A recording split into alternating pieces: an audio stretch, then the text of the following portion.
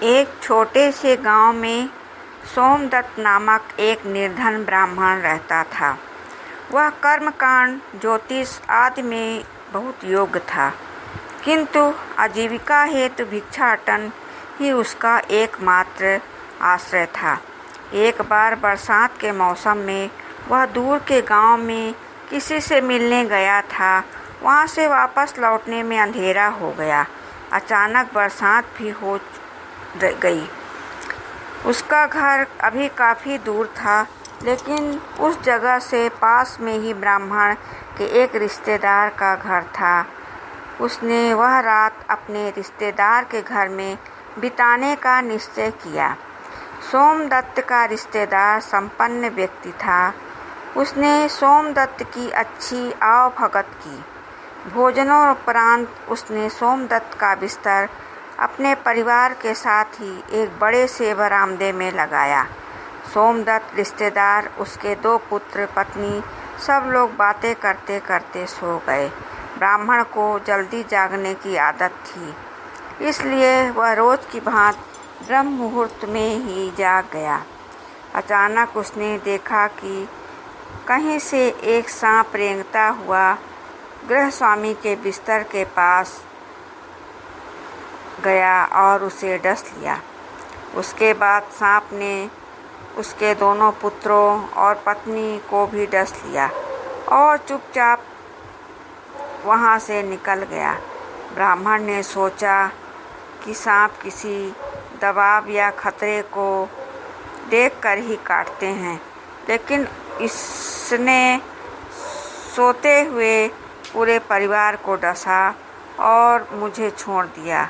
वह सांप नहीं, कोई और है। इसका पीछा करके पता लगाना चाहिए। यह सोचकर वह सांप के पीछे हो लिया। थोड़ी दूर जाकर सांप ने एक सांड का रूप धारण कर लिया और रास्ते में खेल रहे एक बच्चे को सींग से मारकर उसकी जीवन लीला समाप्त कर दी।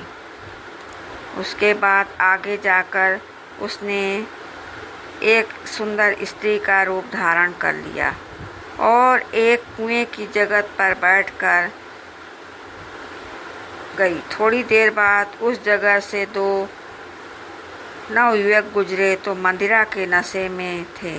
सुंदर स्त्री को देखकर दोनों उसे पाने के लिए ललायित हो उठे। इसी बात पर दोनों में झगड़ा हो गया और तलवारें खिंच गईं और दोनों आपस में लड़कर मर गए।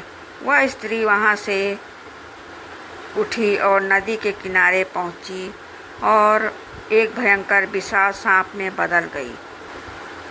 नदी में यात्रियों से खचाखच भरी एक नाव बीच धारा में जा रही थी। वह सांप तेजी से नाव की ओर बढ़ा, लपका और नाव के पास पहुंचकर वह नाव में चढ़ने लगा। विशालकाय सांप को देखकर यात्रियों में भगदड़ मच गई,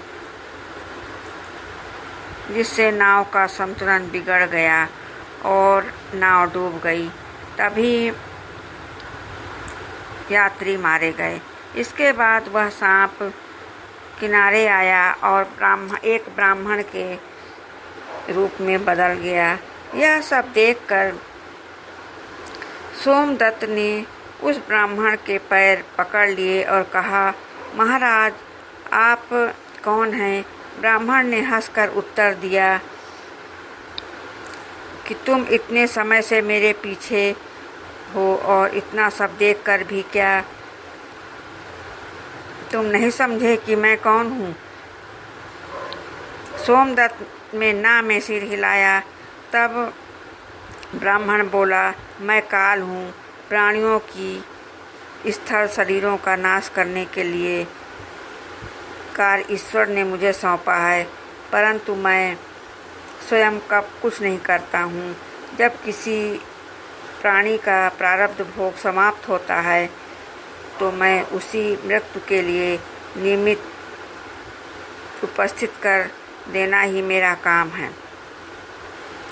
मनुष्य तो निमित्त कोई दोष देता है, किंतु वास्तव में ऐसा नहीं है। मृत्यु तो प्रारब्ध क्षय होने पर ही होती है। मनुष्य केवल अज्ञानतावश है निमित्त को दोष देता है। मृत्यु के समय में एक श्वास पहले से भी कोई किसी को नहीं मार सकता, ना ही एक श्वास अधिक कोई जीवित रह सकता है। ब्राह्मण इस ज्ञान से बहुत ही अभिभूत हुआ और हाथ में जोड़कर बोला, महाराज कृपा करके बताइए कि मेरी मृत्यु कब और कैसे होनी है। काल भगवान बोले कि मृत्यु किसी को पता नहीं रहती। मृत्यु का समय बताने का मुझे कोई अधिकार नहीं है, किंतु मैं तुम्हें इतना बता सकता हूँ कि तुम्हारी मृत्यु नगर के निमित्त से होगी। अब तुम यहाँ से उत्तर दिशा की ओर जाओ और वहाँ पर तुम्हारा भाग उदय होगा। काल जौन है भगवान को प्रणाम करके सोमदत्त उत्तर दिशा की ओर चल पड़ा। चलते चलते वह एक नगर पहुँचा और उस नगर में राजा के कोई संतान नहीं थी और इसलिए वह नगर में आने वाले प्रत्येक विद्वान ब्राह्मण को दरबार में बुलाकर उससे संतान प्राप्ति की उपाय पूछता था। सोमदत्त ने भी दरबार में बुलाया गया। सोमदत्त विद्वान ज्योतिषी था। उसने बताया कि उसने गणना करके राजा को बताया कि ठीक 12 मास बाद उसे पुत्र प्राप्ति होगी। उसके दृढ़ वचनों को सुनकर राजा को आशा जगी और उसने सोमदत्त को अपने यहाँ रोक लिया। उसके भोजन और रहने का व्यवस्था किया। ठीक 12 वर्ष बाद राजा को पुत्र रत्न की प्राप्त हुई और उसने सोमदत्त को सम्मान दरबार में बढ़ गया। राजा ने उसे राजपुरोहित बना दिया। अब तो सोमदत्त ठीक ठाक से रहने लगा और ठाट बाट भी उसके बन गए, लेकिन उसे काल भगवान की बताई हुई बात सदैव याद रहती थी। इसलिए वह ऐसी किसी जगह नहीं जाना चाहता था जहाँ जल इकट्ठा हो, अर्थात जहाँ मगर के होने की आशंका हो।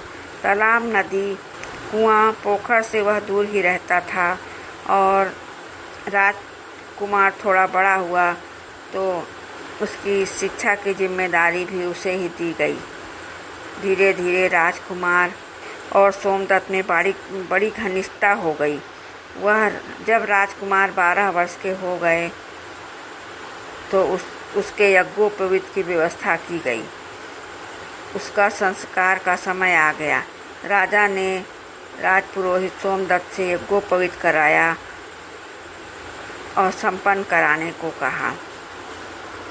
यज्ञोपवीत संस्कार नदी में घुटनों तक जल में खड़े होकर संपन्न कराना होता था। इसलिए सोमदत्त ने विनम्रतापूर्वक मना कर दिया।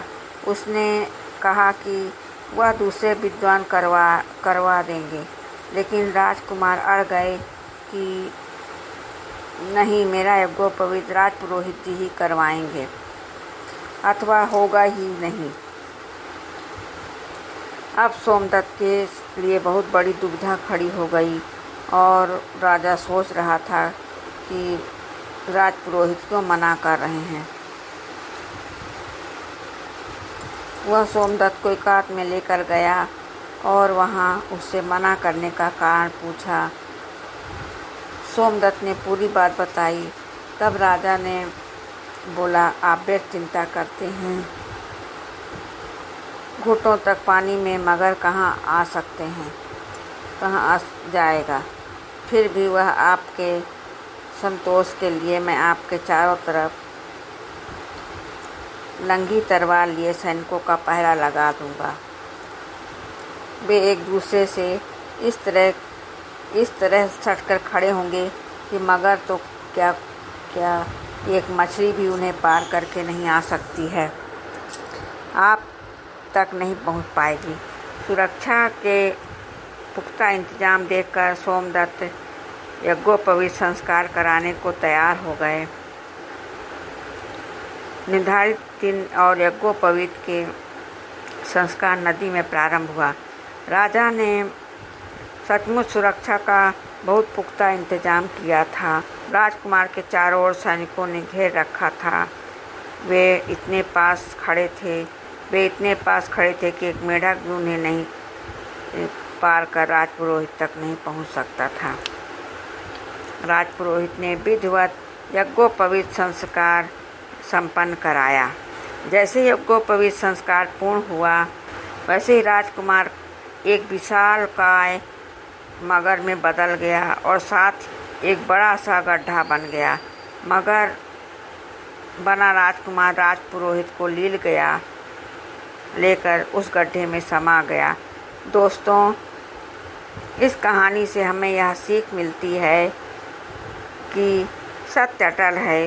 कोई कितना भी प्रयत्न कर ले, मृत्यु से नहीं बच सकता है। आयु पूर्ण हो जाने पर मृत्यु निश्चित है।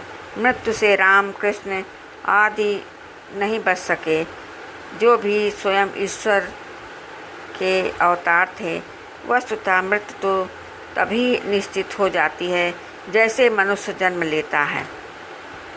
गीता में भी कहा गया है, जातस्य ही ध्रुवो मृत्यु ध्रुवो जन्म मृत्यस्य च।